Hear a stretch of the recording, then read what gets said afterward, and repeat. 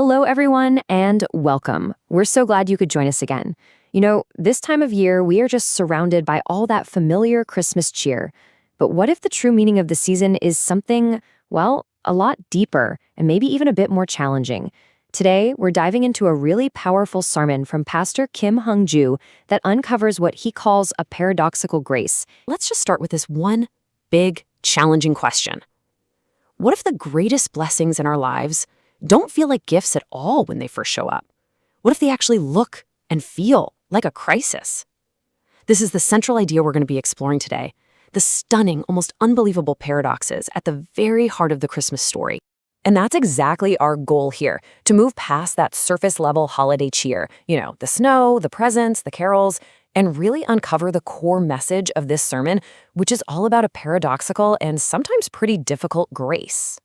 Now, this idea right away challenges a really common assumption, doesn't it? We tend to think grace or a blessing means things are going great, our plans are working out, life is smooth sailing. But the sermon makes this powerful point. If we only define grace that way, we risk becoming arrogant. We start thinking we deserve all our success, and we might even look down on people who are struggling. All right, so let's really dig in and see this idea in action. We'll start with the first major paradox from the sermon, the sign of the king's birth. I mean, think about it. When you hear a king is about to be born, what do you picture? You expect power, you expect prestige, you're probably thinking of a palace, a royal welcome, maybe some trumpets and a red carpet. But the reality of Jesus' birth, it couldn't have been more different. He was born in a stable, because there was literally no room for his family, surrounded by animals and laid in an animal's feeding trough. And here is the absolute mind-bender. The angel tells the shepherds that this whole scene of poverty and humility, it isn't just some unfortunate circumstance. It is the sign. This incredibly lowly, desperate situation is the definitive proof that the Savior, the Messiah, has arrived. And let's be really clear about what a manger, or guyu as it's called in Korean, actually is. It is a feeding trough for livestock. The sermon really stresses this point. Mary and Joseph didn't choose this place to teach their son a lesson in humility. No. They ended up there because they were turned away everywhere else.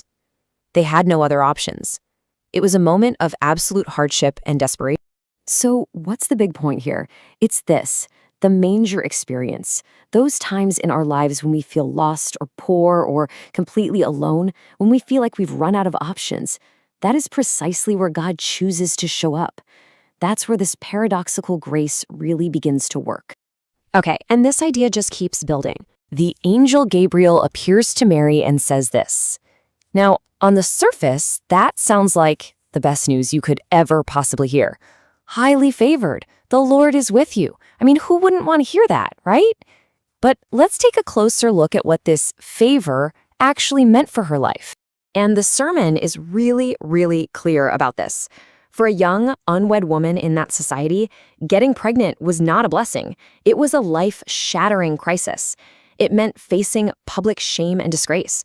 It meant her engagement to Joseph would be broken automatically. And, according to the law at the time, it could have even meant being stoned to death. And wow, does this ever drive home this central point? From any rational human point of view, the angel's message of grace was a total disaster. It put Mary's reputation, her future, and her very life in danger. It just goes to show that God's idea of a blessing is often completely at odds with our ideas of safety and comfort. So, faced with this terrifying grace, this catastrophic blessing, how in the world did Mary respond? This right here is the pivot point of the whole story. It's where the paradox meets faith. What's so amazing is that Mary doesn't panic. She doesn't run away or fall into despair. She engages. She asks a question. And this is such a key insight from the sermon. The act of honestly questioning God in a moment of total confusion, that is presented as the true beginning of faith.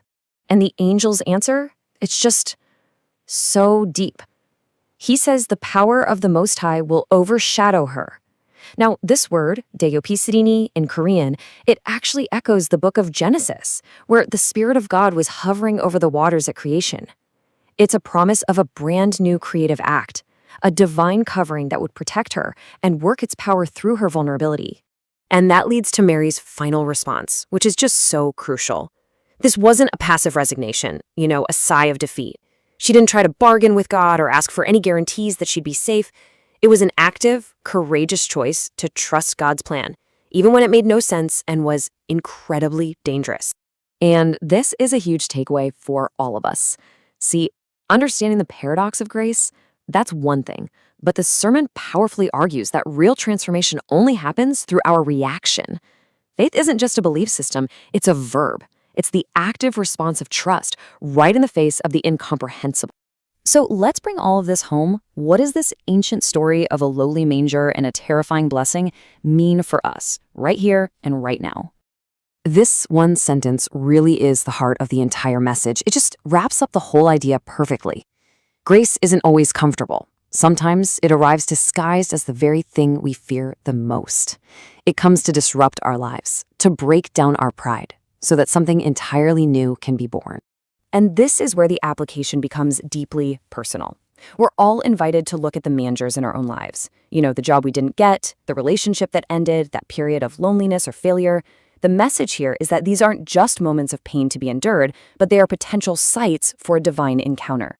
And so this is the final thought we're left with. It's a question to carry with us. God, what new thing are you trying to create right here, in this place of my weakness and my despair?